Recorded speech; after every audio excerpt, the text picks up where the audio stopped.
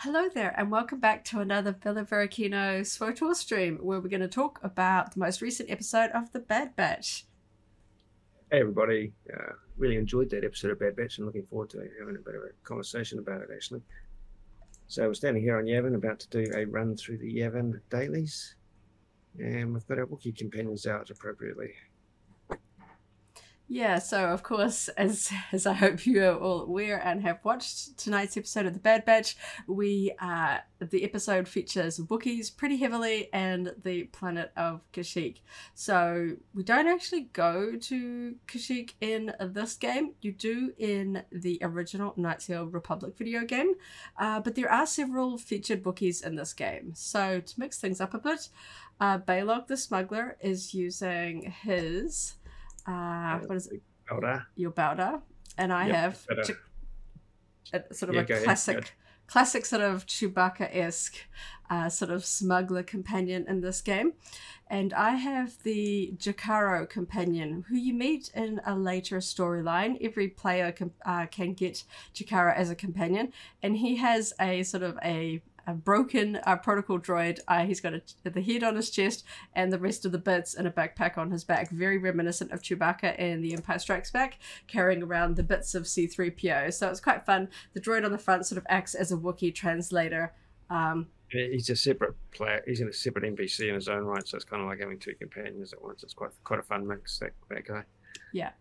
So because we can't go to Kashyyyk proper, we thought we'd choose a planet with big trees in this game, which is Yavin 4. So mixing it up a little bit. Yavin is one of those planets that we're quite familiar with. It's got a really good daily area, so we're just going to run around and do some dailies as we chat about the most recent episode of The Bad Batch. And hello in chat to Bob is Supreme. Hello, thank you so much for joining us.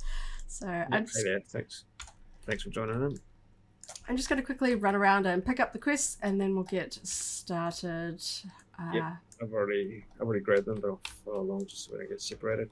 It is a shame that we can't do Kashyyyk in this game yet. I do hope we get to it at some point. We can certainly get to... I really enjoyed Kashyyyk in the Battlefront. Yes. Battlefront games, the very early Battlefronts, the older generation as well as the more recent ones. But no Kashyyyk in this game yet. I'm not sure what the established lore is for Kashyyyk this far back in the timelines, to be honest. Yes. There's certainly a few Wookiees in this game though. Okay, I think I've picked them all up from here. Cool. And we'll quick travel out to what is it? The Forward camp. Forward camp, yeah. Yeah. My companion's not the highest level, but... No, nor is mine, but we'll get by. We know Yavin fairly well. It's not one of the most recent. It wasn't one of the starter planets. It's been in the game for a good while now. Yeah. Every now and again, I might throw a gift at my companion just to get him up a little bit, a few nudges as we go. But yeah, I feel like we're getting into a little bit more in-depth episodes of The Bad Batch. Well, I really loved this episode. Just to start out of the gate with that comment, it really felt to me like the sort of expanded universe Star Wars that I want to see. Very classic, making use of a pre-existing character, but very classic settings and species. And some really fun vibes to it.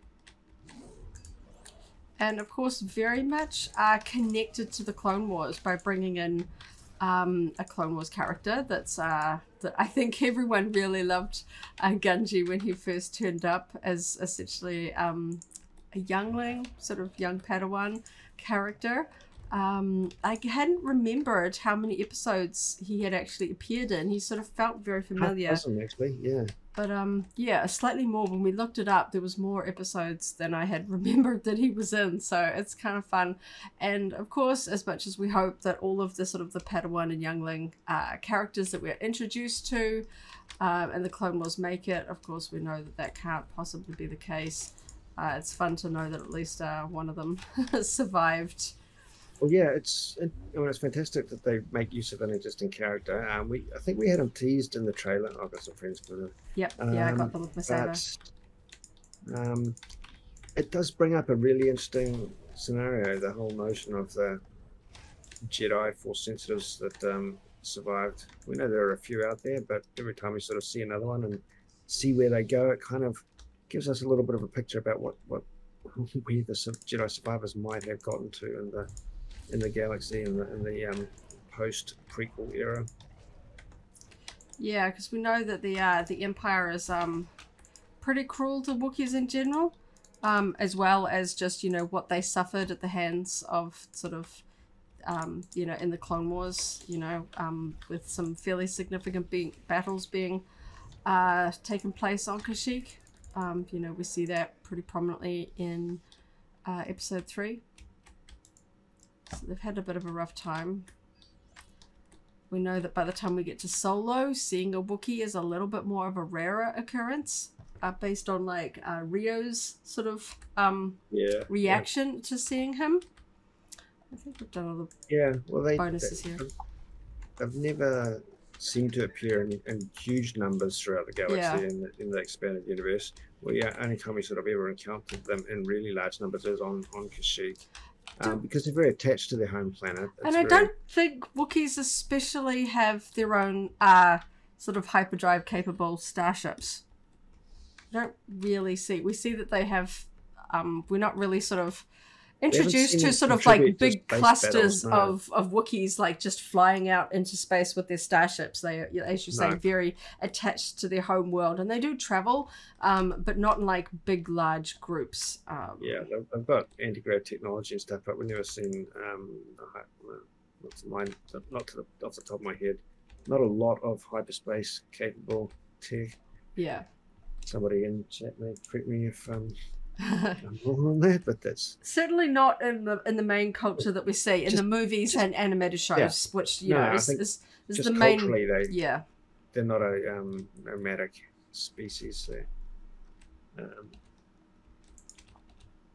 So it was good to visit Kashyyyk. I've always liked it as a planet because it appeared in the expanded universe right from the get-go. You know, very earliest iterations of the expanded universe. The infamous holiday special, of course, which, despite its many flaws, had some really cool, you know, cool aspects to it. Including, you know, just this notion of the Wookiee culture on the planet Kashyyyk. And it really kind of, just a side note, whenever they did an establishing shot in this episode of Wookiee tree houses, it was just a static shot without any camera panning, and it just totally felt like the matte paintings that they used in the Star Wars Holiday Special, where I think were Ralph McQuarrie art actually. It's a lot cheaper to have a still picture than it is like an animated thing. I mean, that's how they did it in the Holiday Special, and they didn't need to do that. They could have had camera movement associated with those establishing shots. So I don't know. I suspect that was a conscious decision, just to reminisce in that way. But the Wookiee homeworld goes back to other expanded universe material as well, very old vintage stuff, including the newspaper comics that showed up in the New Zealand Women's Weekly down here on a serialized basis. I've got very fond nostalgic memories of Kashyyyk going way back to the 70s, and I've really stuck with a lot of the design aspects of it over time. One of the earliest expanded universe stories that I'm familiar with from that serialized comic in the newspapers actually did have the Empire basically pillaging resources on Kashyyyk, and in doing so riling up the wrath of the sentient plants and animal life on the planet, which was kind of fun. Almost got a hint of that with the Trandoshans, just being ambivalent to their surroundings when they were hunting down Wookiees in this episode. Yeah, it was fun to have a little bit of that sort of rivalry between Wookiees and Trandoshans. But what I guess I'm saying is, that just sort of seeing the way that the Trandoshans were, they didn't have to use flamethrowers, but they were doing it, which is just a sort of a double attack on the Wookiees by attacking their homeworld as well. Yeah, because they know it'll hurt the Wookiees. And yeah, and that is a little bit of an echo from some of the older material.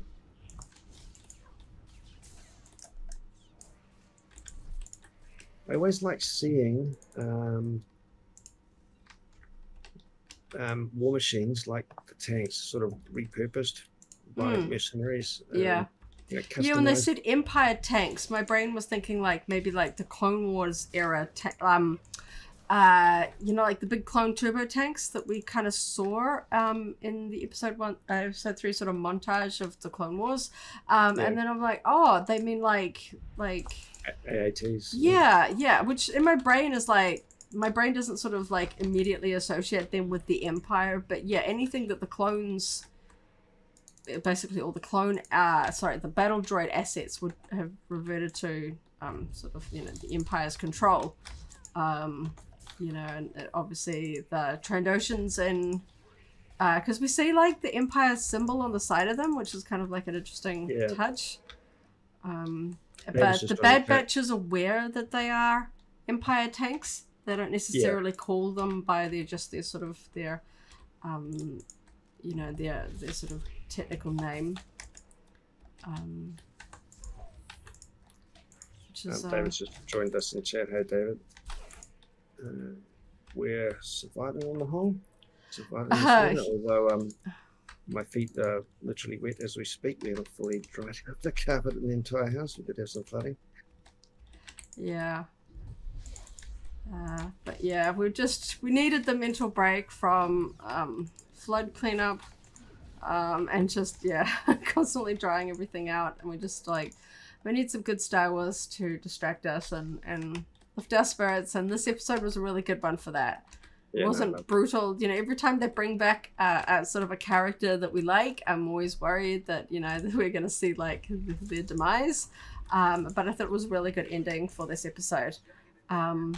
Like I said really early on, I think it's super interesting. I assume he's going to stay hidden, and I assume that sort of implies there are plenty of other Jedi survivors out there that they've just hidden in one shape or form. And it opens up so many potential stories about what happens to them as they mature, and what happens to their skill set. Do they hide it, or do they like everyone did, or do they seek to develop it further? Yeah, I love that open-ended nature of that sort of narrative. Yeah, he could just be sort of like a guardian of the trees and kind of help protect his people against the Empire. Doesn't necessarily have to travel the galaxy helping people. He can stay close to home and help the Wookiees. And I thought it was fun because the Bad Batch is very much trying. They touch a lot on Clone Wars topics, but at the same time are trying not to just be, you know, but I think they try to differentiate themselves from the Clone Wars. So this isn't just Clone Wars season 8 or whatever. So it's interesting when they do decide to bring in a Clone Wars character or just the concept of Force users in general. You know, obviously we saw a lot of the clone troopers, you know, right alongside Jedi and stuff like that. So it was fun to see that. And to my knowledge, without going back and watching every episode, which I keep meaning to, I think this is Omega's first interaction with a Jedi, certainly a Force user that we have encountered before that has history in the sort of the Star Wars lore. Yeah, that feels like that's the case. I think you're probably right. She would have heard a lot about them. You know, she was alive during the Clone Wars. She would have been very aware of sort of Jedi generals, but she doesn't seem to. She's not like freaked out or like. Just hidden from the main effects of Order 66, as far as I can tell. Yeah. They effectively explain to her why Jedi Force users are afraid of clones. Yeah, that they sort of have to fill her in on that because. We don't know how much her sort of Kaminoan protectors would have tried to sort of shield her. We know that she has a sort of not naive, but she's a very sort of she's very kind-hearted. She wants to help everybody. You know, she was like, we'll help you find. She makes a lot of promises to the people that she meets. She's like, we'll help you find your people. I'm like, well, you don't know, they might all be dead. But you know, she's determined to help people. And we see her there. You know, she's very trusting of people that she meets. On a side note, just talking about making promises and promising to help Gunji. the story around the space station they visited was fairly lightweight. They didn't go into a lot of detail. It was a port for smugglers. But I thought the design of it was pretty cool from the exterior, and I think the droids were pretty interesting as well. Yeah, yeah. But that was just they reminded me of something, but I couldn't quite put my finger on it. The design of the droids. I gotta go look at some screenshots and. They very much felt like the Manan version of HK in this game. Yeah, that's probably what it is. There's something about them that just sort of felt very familiar. Like flat circular heads with singular eyes. Yeah, which I do use as a primary companion on one of my characters, so that's probably it. The way it feels familiar, because yeah, I run around with that character.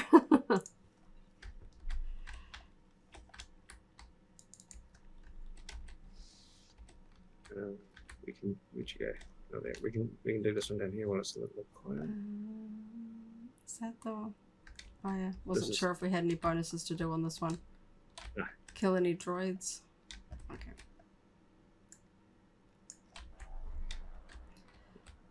Yeah, I was so happy. I'm pretty sure Gunji was teased in the trailer. I think so, and or at least everyone was like, "I'm pretty sure that's Gunji," because it, you know, was pretty close. Yeah, I don't think. Well, I think it really was teased just a few frames, because I just vaguely remember talking about a Wookiee with a lightsaber and people presuming that it might be Gunji. But you know, once we saw him fully established in this episode, they very much used his existing design, his existing look, so he is straight up recognised as the character. Yeah, and using his name and everything like that, making sure that people are like, "Oh, is it?" You know. Sometimes I wish they that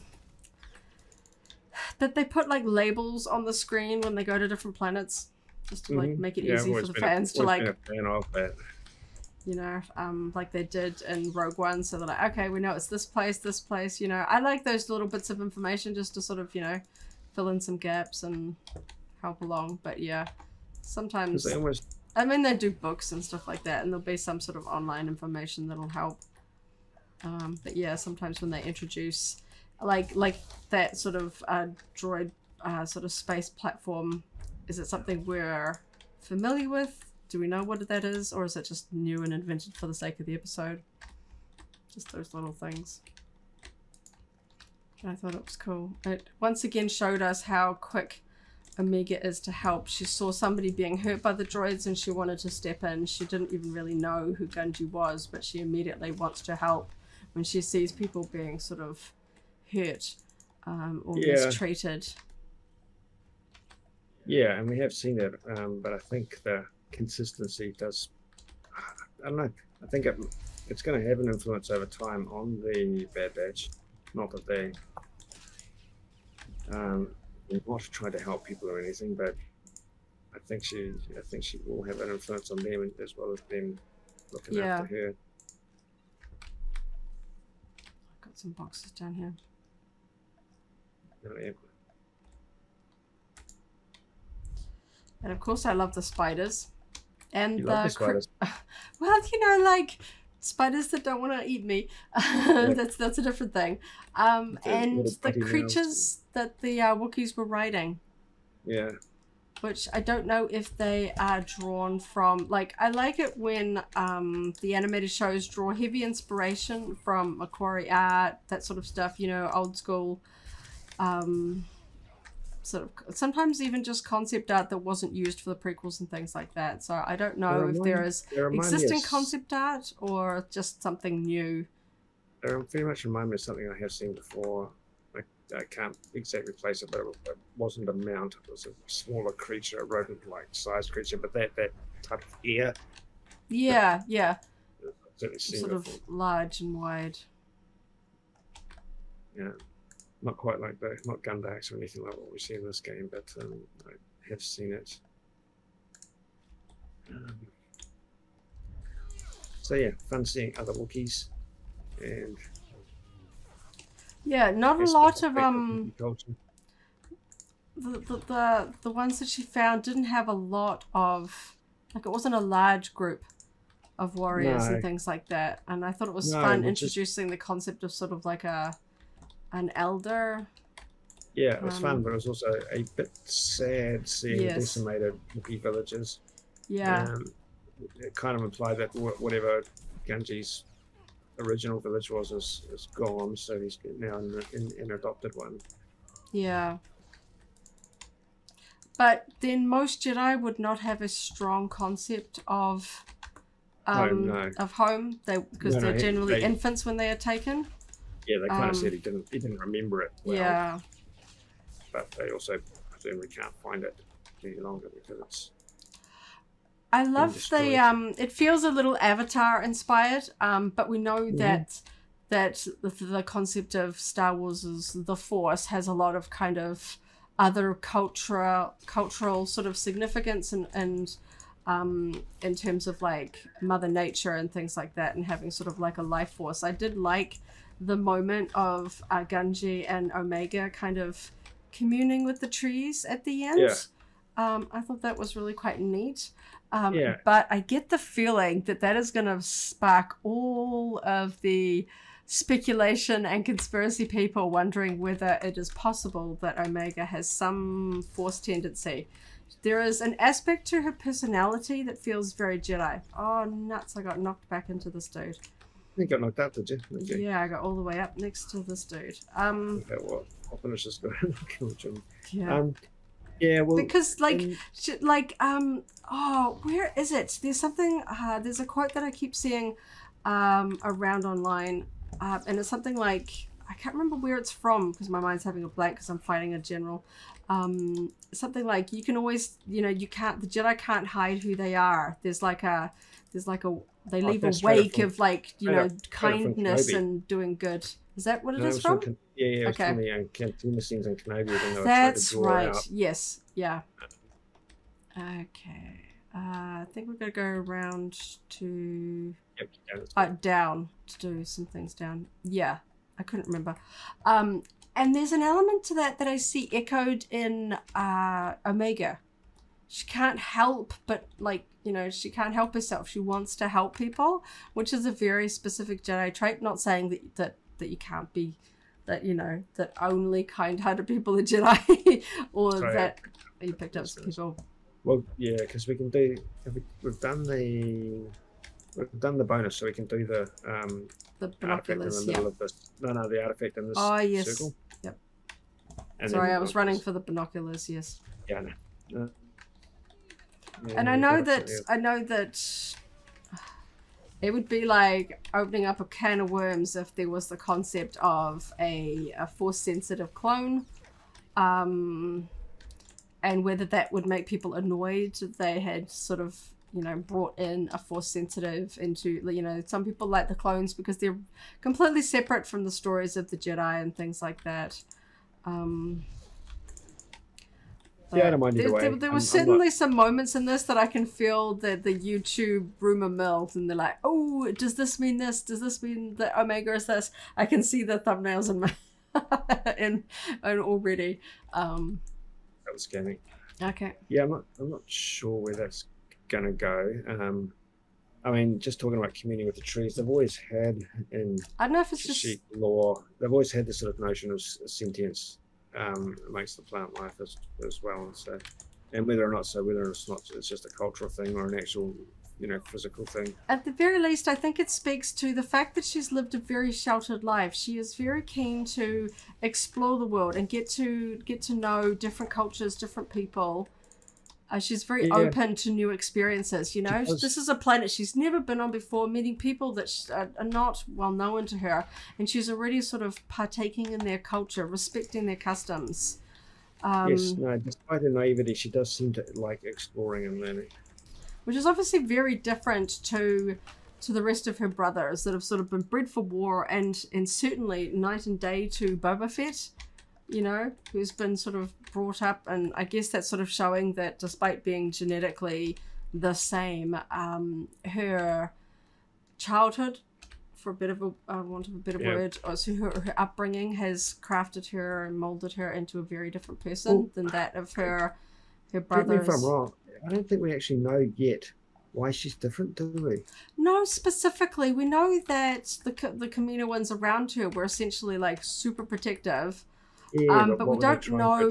We know that she is. They haven't really touched on her much in this episode, the season, to be honest. But we know that, or certainly fan speculation, that she is, because the Kaminoans and the Empire or whatever can't find Boba Fett, or he's kind of gone off on his own or whatever, she is regarded as sort of the last sort of purest example of Jango Fett's clone DNA, sort of the original template, despite the fact that she is, of course, a girl. She shares, a biggest percentage of sort of pure original, because they're not going to get into the nitty gritty of how the clones are made, whether they can't just like clone a clone, whether they have to sort of go back to an original source, go a little bit further up the chain, because the clones are all altered DNA.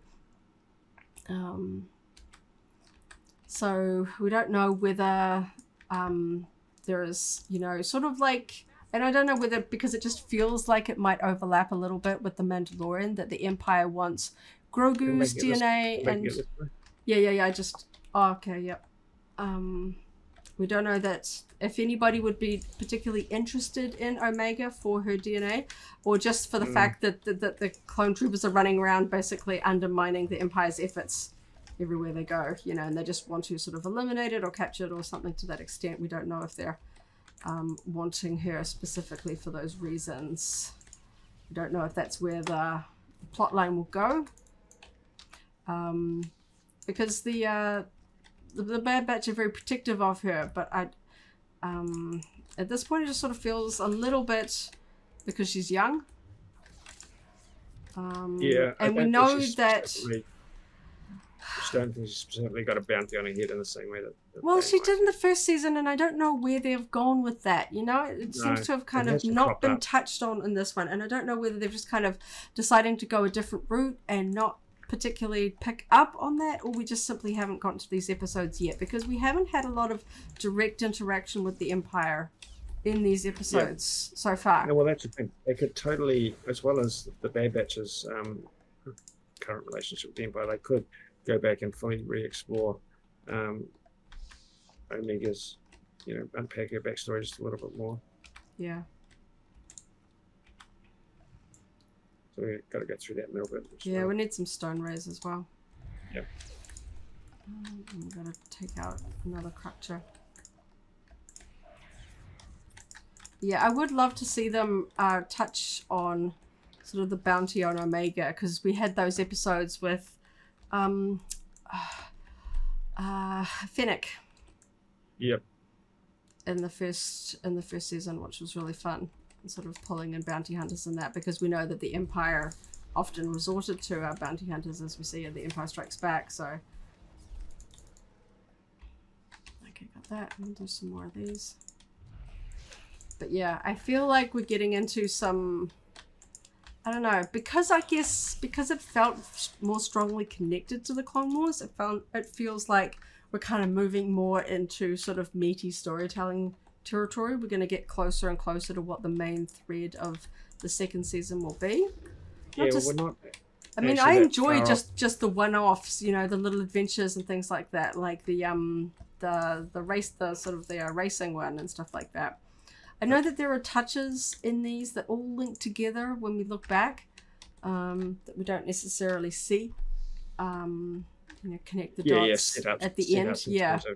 Characters and which does make me wonder if we will revisit the Empire's presence on Kashyyyk at some point as well. Yeah. I don't have to, because it's a big galaxy and it's just a small band with a specific personal mission. But yeah, if the Empire's wreaking havoc on Kashyyyk at this point, I wonder if that'll be revisited in any shape or form. And it could possibly set up connections between the Bad Batch and Wookiees. We know that certainly within Wookiee culture, as we see from like Chewbacca and stuff like that, they are sort of, there is the concept of sort of being loyal for having, your life saved, or just, making friends and standing with them when they need help. So we could see perhaps some Wookiees coming to assist the Bad Batch, not necessarily coming to the rescue or anything, but just perhaps assisting should there be some larger conflict. Yeah, well, it's not an uncommon theme for people to establish allies along the way, in Star Wars, even for people to establish alliances along the way, and call on them when a bigger battle requires it. Of course, it could be the other way around as well, that the Bad Batch are aware that there is a Jedi on Kashyyyk, and they might be called upon to help assist, because if the Empire finds out that there is a Jedi that they didn't wipe out, we know that there are Inquisitors in this time period, but I don't think we have seen Inquisitors. In the Bad Batch series? Yeah. I'm sort of scrambling my brain, and I'm like, I don't think we have. It's probably just because we came across a lot in Kenobi. They sort of feel a bit fresh in my mind. I gotta kill just a few more Stone Rays. And I come across them a lot in Galaxy of Heroes. There's like all the Inquisitorius are in that game. So I see them like on a daily basis. So my brain is like a little bit muddled sometimes. I'm like, now where did I last see an Inquisitor? And I'm like, it feels so recent. And I'm like, yeah, it was on my iPad this morning. But they're a bit overrepresented there, are they? Because of this essay there. We've got like all of them, including the Grand Inquisitor, and Reva was sort of added. So basically all the different brothers and sisters that have sort of been depicted in the animated or live action, not comics at this point. Oh, and video games. Yep. I don't think there are any comic only ones in there. I think there's about 7 or 8 in them in the game, because you generally got to have like a good 5 or 6 to make a faction in that game. Is your Wookiee using a bowcaster? Yep, he is. I feel like they knew that people were upset that the only Wookiee, because at the point that Bao was in the game, he was the only sort of Wookiee or companion, and he didn't use a bowcaster. And then when they added bowcasters in the game, people were upset that he couldn't use them because he uses a sort of a bladed weapon, not a firing weapon. So when they added Chikaro, they gave Chikaro a bowcaster. He's just got his default one. I haven't done anything terribly fancy on him. I'm just going to turn this on back in. Okay, so now I've got to rid the area of some Masasai and find some relics.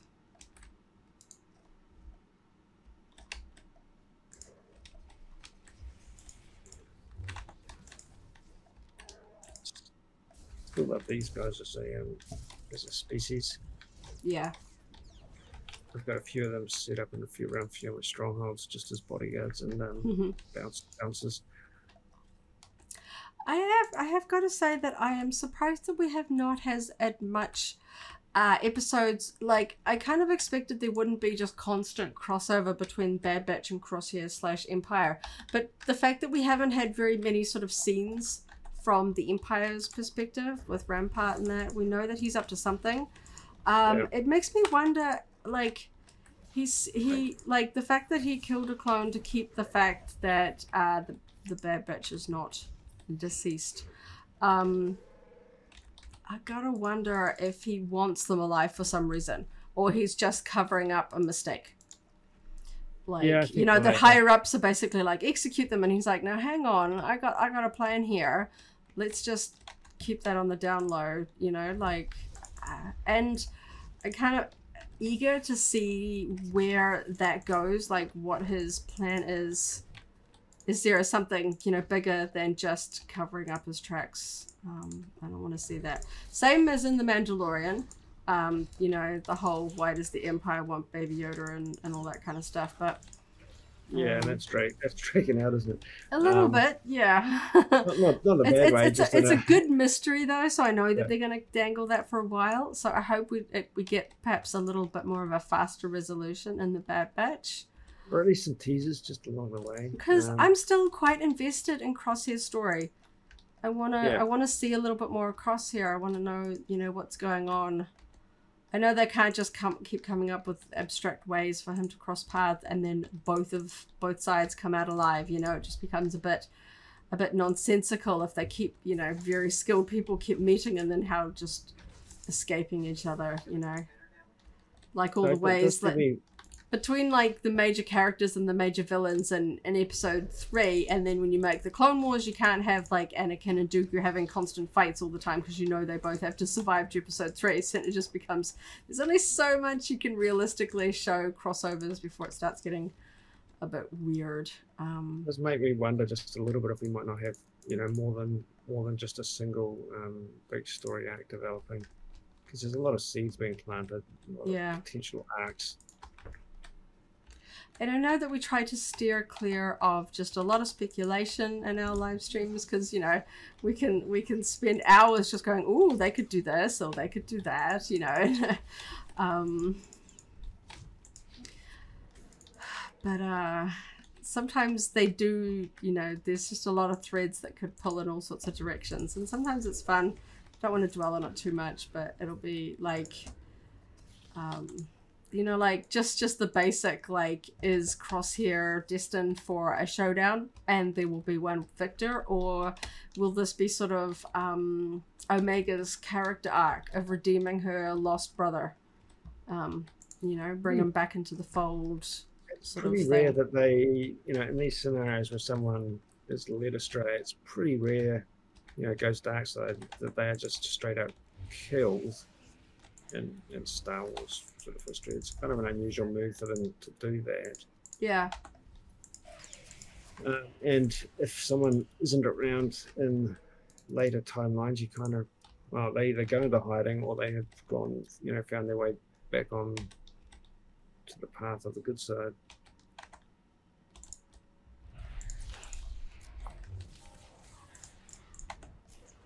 Because he's, you know, he's pretty determinedly in the good soldiers follow orders camp, so it's going to have to be a pretty emotional story arc. To shake him out of that, because after a while it's sort of, you know, it's like, oh, you've done so many bad things, you don't want to have to reckon with yourself and your conscience about what you did. You know, if you turn to the light, then you sort of have to like admit that what you did was wrong, and that's just, you know, a bit too much. If you just keep saying, no, I'm on the right side, I'm doing what I was told, then it's a lot easier to live with yourself. But there is this, you know, very deep underlying thread in Star Wars of redemption, you know, bringing, you know, Anakin / Darth Vader back to the light. I think that's everything. Yeah, it is. Okay, so we can go all the way back to Coalition staging. But yeah, I guess they don't want to rush that. It's either too obvious and they would rush it and people would go, well, that was silly, that was unbelievable, you know, it was not believable. Yeah. But yeah, I guess I'm just anxious that storylines will get drawn out too long, because as an audience, we don't know how long this series is kind of planned for. We don't know if the showrunners are like, okay, we've got like a 5-season arc, or we're just going to run for as long as we can possibly go for. And so drawing storylines out, I get worried that when the letter comes down from on high that you need to wrap the show up because you're gonna wrap up and work on something else, that these storylines get rushed to completion. Assume they've got a plan for the, you know, the way this series in particular is developed, that it is planned out right to the end. I guess it'd be a bit much to ask every single time to know well in advance how many seasons we're going to get, just so that, you know, just so we can meet our expectations. But yeah, that would always be nice. It would just sort of save some of the anguish. But yeah, as you say, they may just choose to keep going with it. As long as the stories keep flowing. Yeah, because I think a lot of people would say that Disney made a massive misstep by cancelling Clone Wars when they took over Lucasfilm, and they righted that to a certain extent with season 7. And I think we got some really good episodes in there. certainly towards the end. I know reactions are mixed to some of those earlier episodes in that season. But I feel like I hope that Lucasfilm Animation will continue on with this style. Even if we start to see animated shows that branch out from the Clone Wars era between the prequels and the original trilogy, that they will stick with this kind of style that people have really become to sort of associate with Star Wars. They've tried a little bit and it just kind of keeps coming back. So I was really happy that they didn't try yet another kind of different style with Bad Batch, that they decided to sort of match that into Clone Wars and keep the same, I think it's the same style. I might as well jump over into a quick CZ run. Okay. It's a useful one to sort of follow on with. It's not too long. Yeah. Yeah, it was always a weird move. It felt a bit truncated when Clone Wars was cut short. Yeah.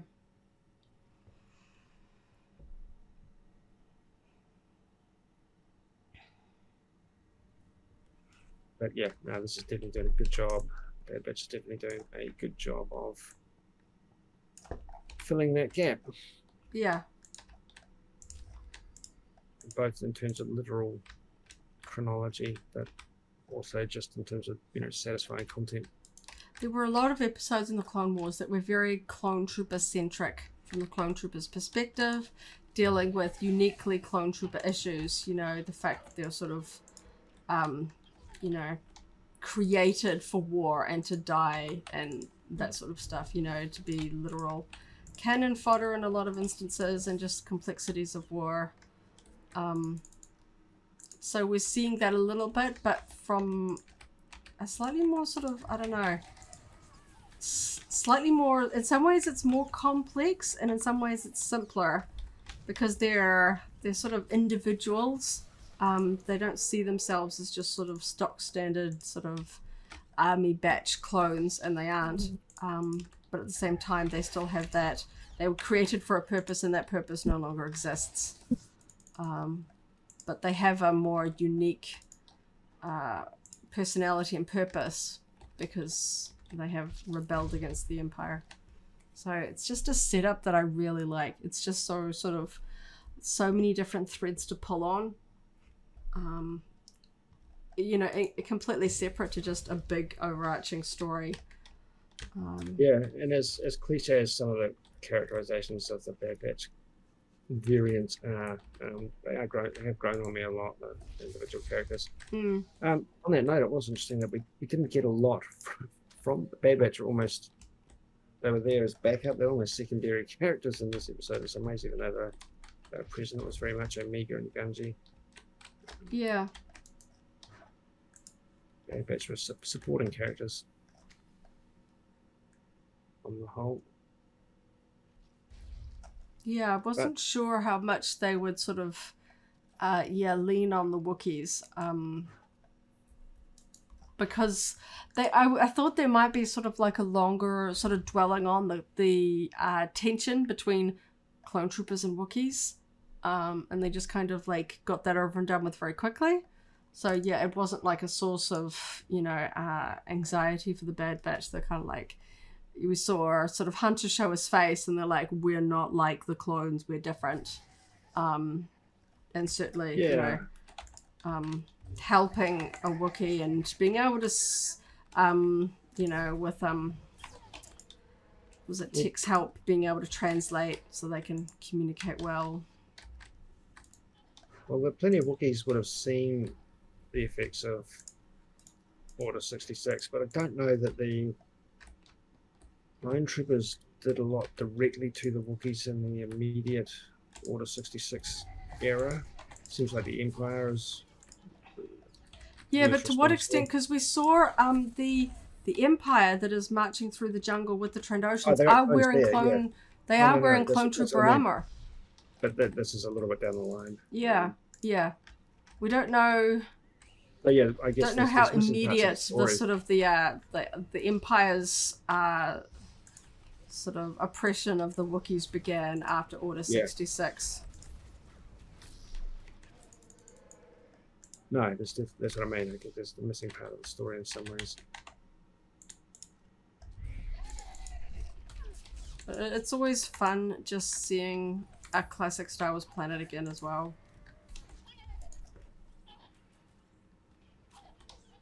And I wish we could visit it in this game. Makes me want to boot up some classic Battlefront. Yeah, we can always stream that at some point, just for old time's sake. Old school. We played it. It was a level I was never particularly good at, though. I always felt very exposed out on that beach. Yeah. But we played that. We played it a lot, yeah. Gen 1 of Battlefront. Network just across the two computers. Yep. I have very strong memories of the fight on Camino between battle droids and clone troopers in that first Battlefront game. The two of us.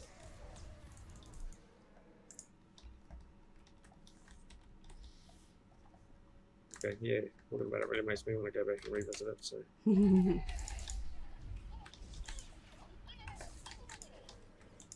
And yeah, quite different settings, as I say. Kashyyyk's the obvious one, but there's obviously some other fun characters and NPCs that yeah, make for some quite different settings in that game. A lot more Ewoks than we get in this game. It's a little bit interesting that we don't have it in this one because of its importance in the original KOTOR game. Yeah. It is, you know. Time on Kashyyyk. Yeah, without being too much of a spoiler, it has a significance, and you meet a significant character on the planet. The area that I always remember reminds me of the Zakulan Swamp, because there are big spiders in the Zakulan Swamp, and there's like trees and stuff like that. I remember some of that, like, so they always talk about how deadly. It was like one of the old novels that talked about like the lowland, or maybe it was even KOTOR, where they talk about sort of the lowlands of Kashyyyk being quite deadly. You have to sort of stay up in the trees because the the ground's actually covered in like all sorts of creatures that are quite deadly. So that goes right back to the old newspaper series as well. The notion of Kashyyyk having levels. Yeah. And the deeper you go into the levels, the less predictable the wildlife is, and more easy it is to disturb it, get on its bad side.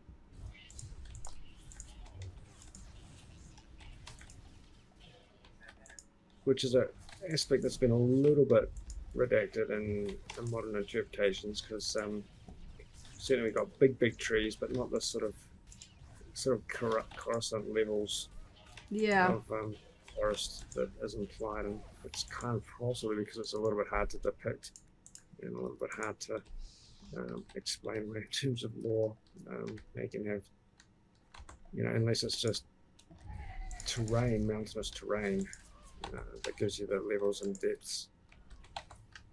But yeah, now the earlier implications was that there's treetops, and then there's sort of ground, going multiple levels going all the way down to ground level of forest floor.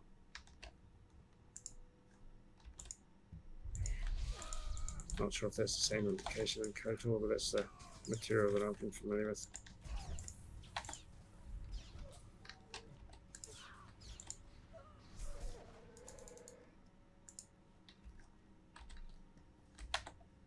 We're doing our numbers. We've done the numbers. I'm just clearing the way to the down. Yeah. The lower room is all we need. Using the main characters that we're familiar with, we don't need our strongest companions, so no. These little Wookiees we've got are doing the job. No, I almost forget that I'm not actually running around with a level 50 companion. We're killing things too fast to really need to worry about healers. Yeah.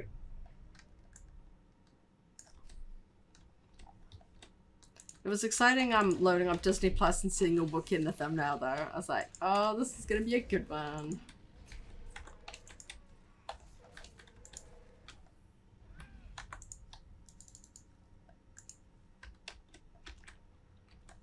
yeah, that gave me good vibes in the end. I'm looking forward to watching this forever again. Yeah. Yeah, we're probably going to keep up our pretty solid tradition of watch a new episode of Star Wars, stream about it, talk about all the details that we loved, and then go watch it again. So we can absorb it.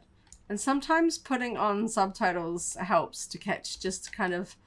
I find sometimes seeing character names or planet names that are new written down just sort of helps embed them in my mind if I can see how they're spelt and things like that.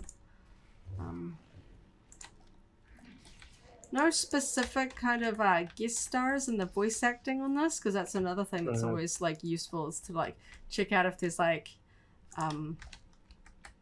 because of course some of the episodes where we I don't know if it's where we're first introduced to Gunji, or certainly he's in it, is with the droid that helps younglings sort of build their sabers. The David Tennant character. That was voiced by David Tennant, yeah. So every time I think of Gunji, I think of that episode. Well, it just reminded me of a thought. Speaking of Wookiees, you know, back in the original trilogy movie era, Wookiee noises were crafted quite meticulously from, you know, all sorts of manner of animal noises by Ben Burt. And these days, it's interesting to see that they're taking a slightly more efficient route of actually just having voice talent make Wookiee noises. So you actually have people voice talent credited as the Wookiees.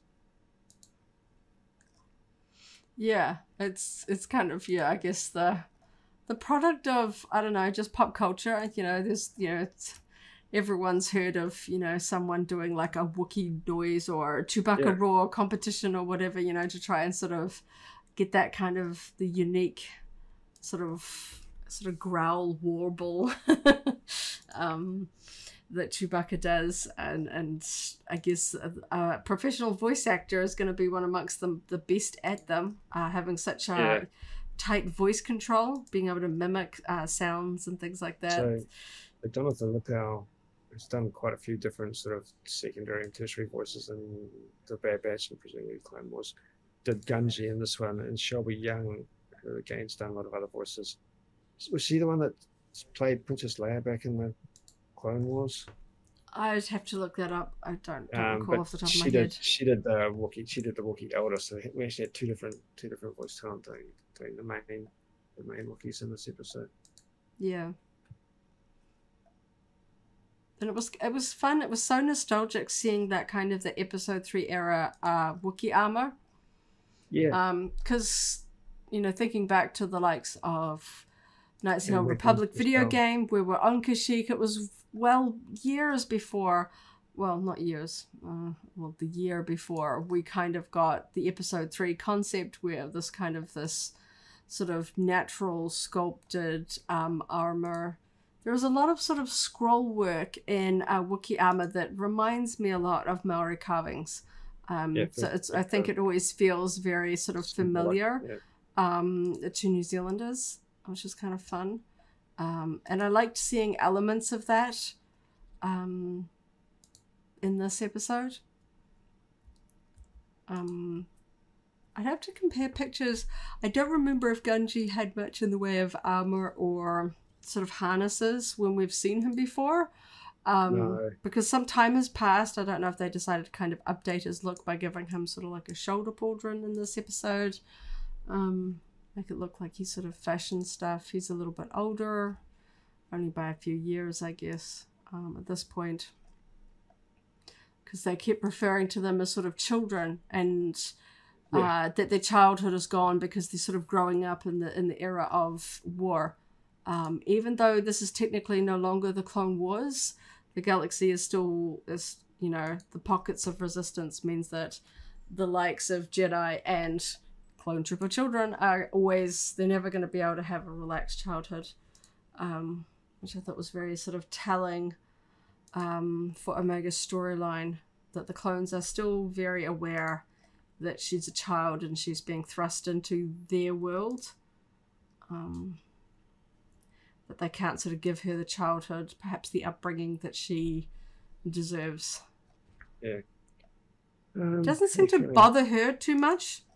You know, from the moment we met Omega, she just wanted to be with the Bad Batch. She wanted to be with her brothers off doing adventures, and she's doing her very best to kind of learn and catch up to speed with them. Because I guess it occurs to Omega that she is older than them.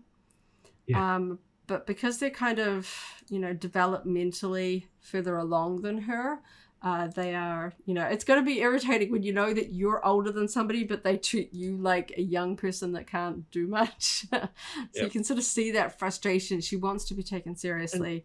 And to a point, that's valid as well, because they might be younger, but they are far more experienced in terms of... Yeah, they've gone through the full... skill set that's necessary for what they're doing. Yeah. Which spot shall we try next? I gotta head out of here to... Oh, I suppose I could just go back to my house. Oh, I don't have anything to put away. I'll just go outside the door. And we can... We could do a little bit of something more. Something... I don't know. Coruscant, something... Yeah, I was thinking maybe Coruscant, because I was like, oh, I'll go to Tython. I'm like, oh, no, you can only go to Ord Mantell. We just do a couple of things on Coruscant. Yeah. I don't think there's anything else that's sort of grabbing my attention right now. Nah, I'd suggest Black Hole, but I don't feel like it right now. Nah. Go Coruscant. Yavin's... I like it. Yavin feels like it's become a lot quicker, I guess, with streaming. Yeah. Used to be quite a long haul because there's quite a lot of components and chains to it, and quests that you pick up beyond the main landing zone. I think just the fights took a little bit longer because we've leveled up. The level cap has increased a few times since Yavin was introduced, so we are able to get through the fights a little bit faster. Really, we can run around on autopilot because Okay, enemies of the Republic. And enemies of the Republic. Plus, I enjoy choosing companions or characters or vehicles or planets or whatever based on what we've just seen, because it does give us an opportunity. Yeah. Do things a little bit outside of the way we normally do it. I'm quite enjoying having a little looky companion out for now. Yeah. Someone else has cleared this path for us. Yep. There's enough in the room. That's cool.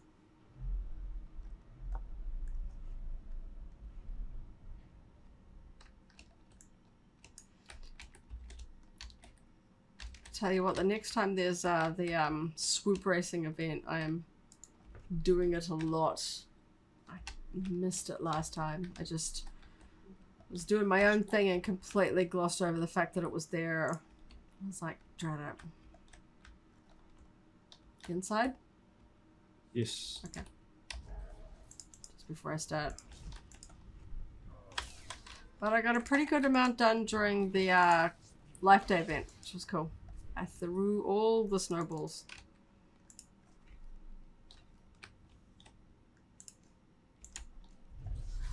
So some cool outfits.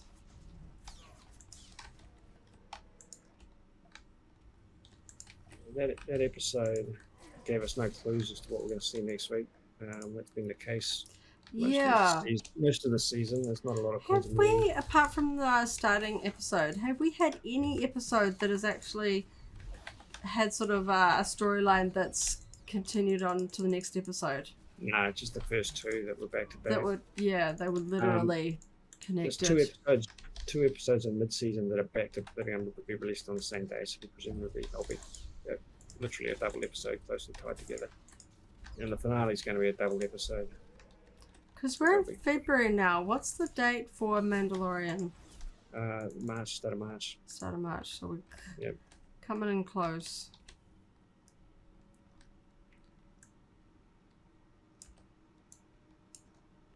Yeah, we are in February, aren't we? Yeah. Not too much longer. Very excited for that.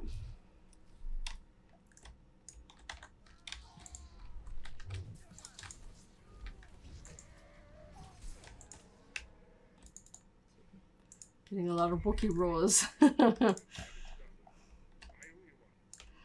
Okay, Republic's Most Wanted. This one's got lots of things to blow up.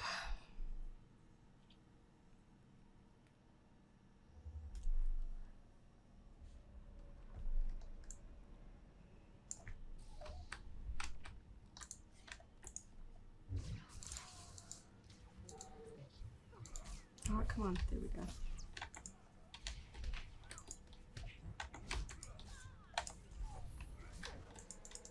This isn't the fastest heroic ever, but they've like added a whole lot of mobs just to make it slower.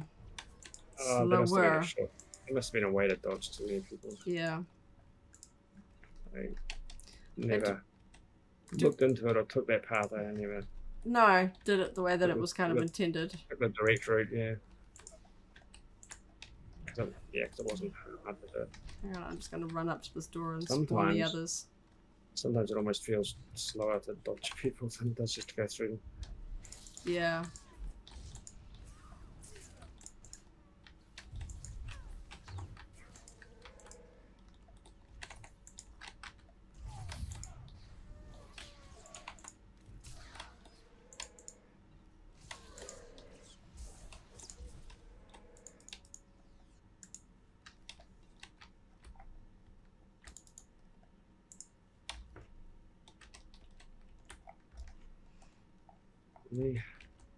I'm just trying to think of the clusters of Wookiees that we encounter in this game. Apart from the companions, most of the Wookiees are... You have to kill them as Imperials, don't you? Yeah. On Corellia. Are there any other clusters of Wookiees that you can think of? I don't know. I was thinking about that. They show up in a few places, like they are on... they are on Coruscant and a few cantinas and stuff. It's just activating the ones that come out of the corners. Yep.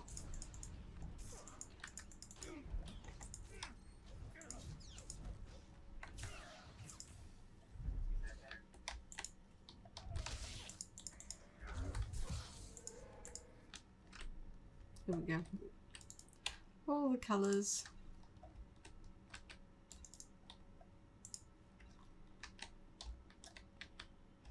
Very keen to do some of the new daily areas, but those ones take a bit more concentration. Yeah, if we stream those, it will be what we're not talking about in Bad Batch, and yeah, maybe I'll slip out a few general styles conversations for those sort of things. But okay, that's it on for this one. Yeah, yep. Trouble indeed.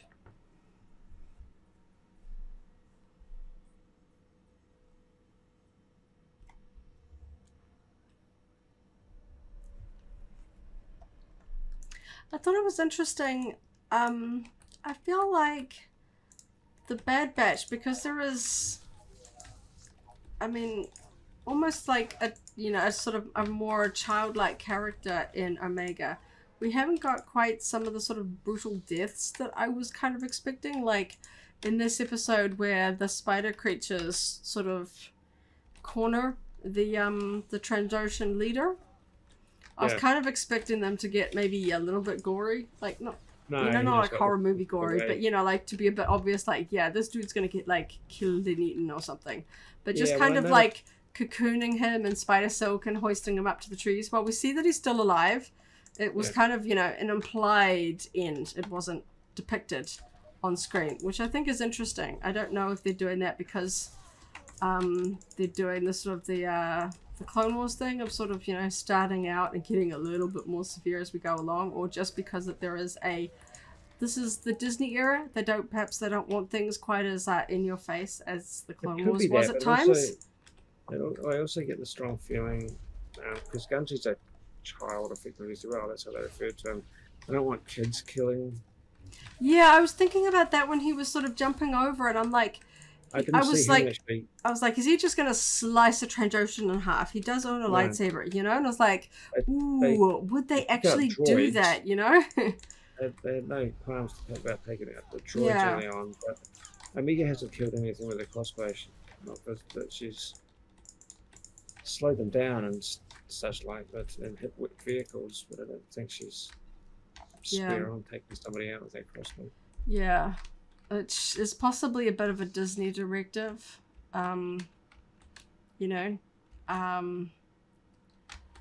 Disney's wheelhouse is originally animation. I feel like they are perhaps a little bit more cautious about what is depicted in something that has a Disney animation banner on it, you know.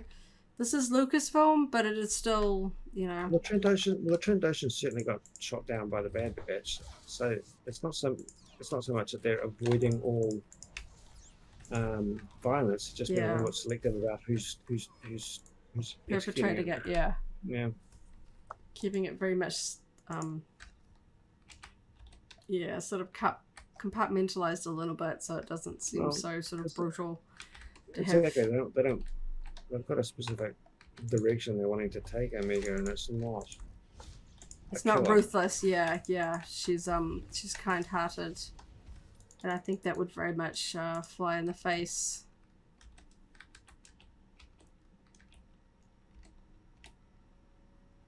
And so I think that's just the logical thing to do, regardless of Disney's position or desires. Because they've had no problems. I mean, you look at the Marvel What If series, they had no problems with serious animated. Yeah, that's true. Material. Yeah, that's that was it the zombie episode in particular, I think, stood out. Traveling's the last one. Yeah, I'm getting full inventory from these ones. You get all the low-level gifts and bits and pieces.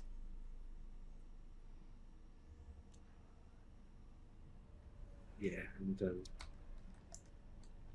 oh, cool. Everyone's here. Cool. You grab that one. I'll go to the middle.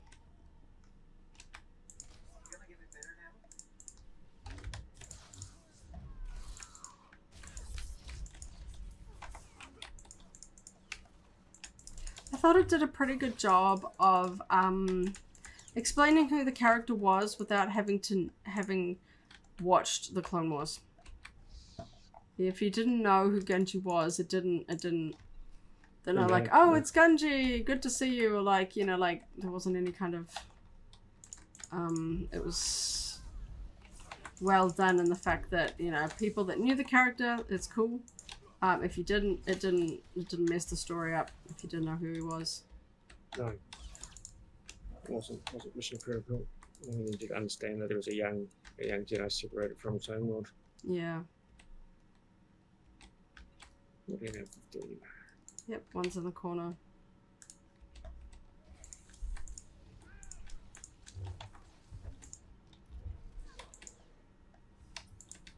Nice and efficient.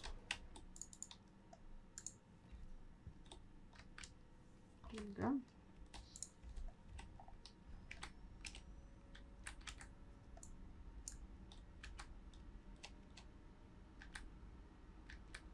Okay, cool Podressa. Got my cool dice mobile. Yeah.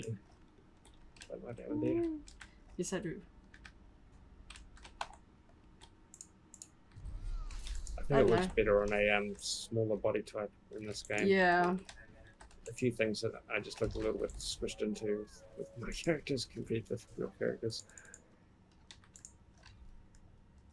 Yeah, I'm always kind of surprised they don't sort of design speeders with body type 4s in mind and just let the smaller characters just sit in the seats. Yeah.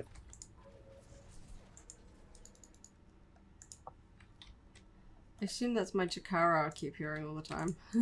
Yeah, I think it is. It rolls a lot more than yours. Yeah, I don't think they really use sound effects, and it does sound very much like it did in the story elements that he's involved in.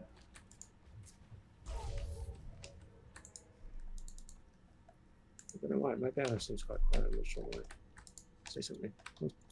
No. I can't hear him. Nah.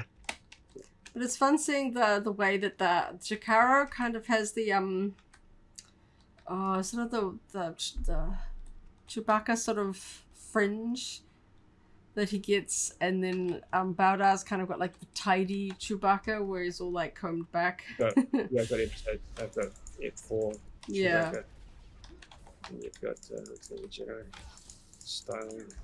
But with a slightly heavier set body type that we see from the episode 3 Wookiees. Yeah. So the real Wookiee hairstyle fashions change between 77 and 83. Yeah. We're wearing our hair like this now.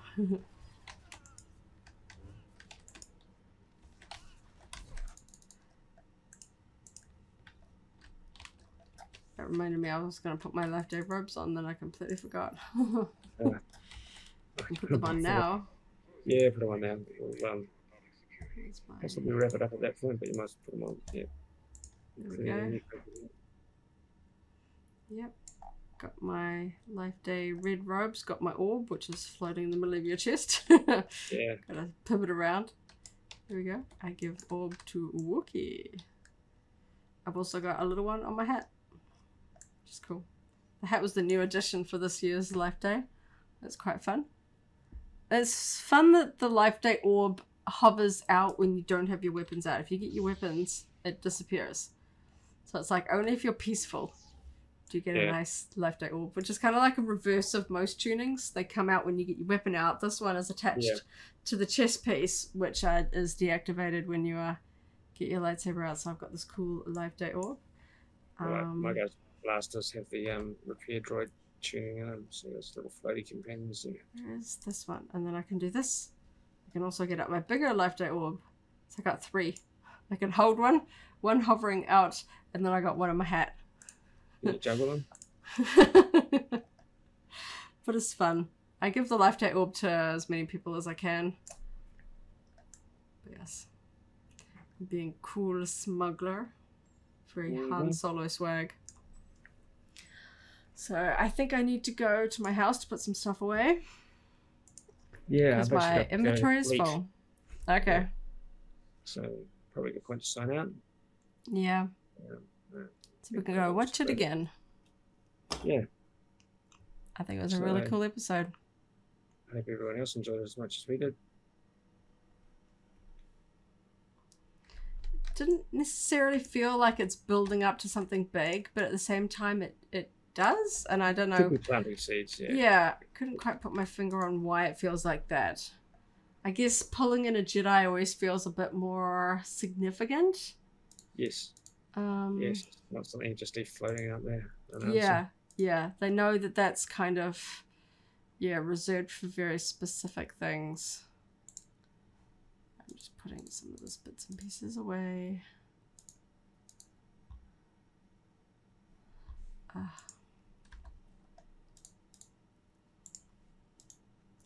Well, we call it at this point. We'll definitely do the same thing next week, same time slot, same bat channel. But yeah, I don't know.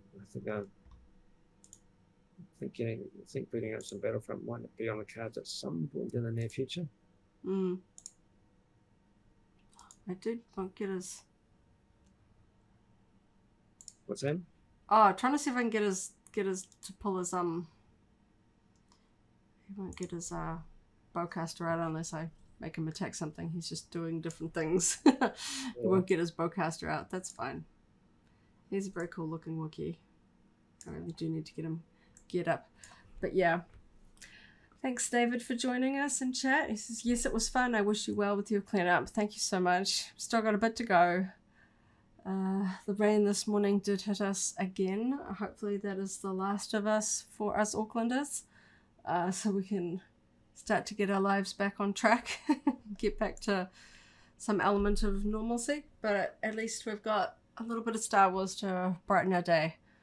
Very much enjoyed just being able to take a little bit of the evening off and watch some Star Wars and distract ourselves there for a minute.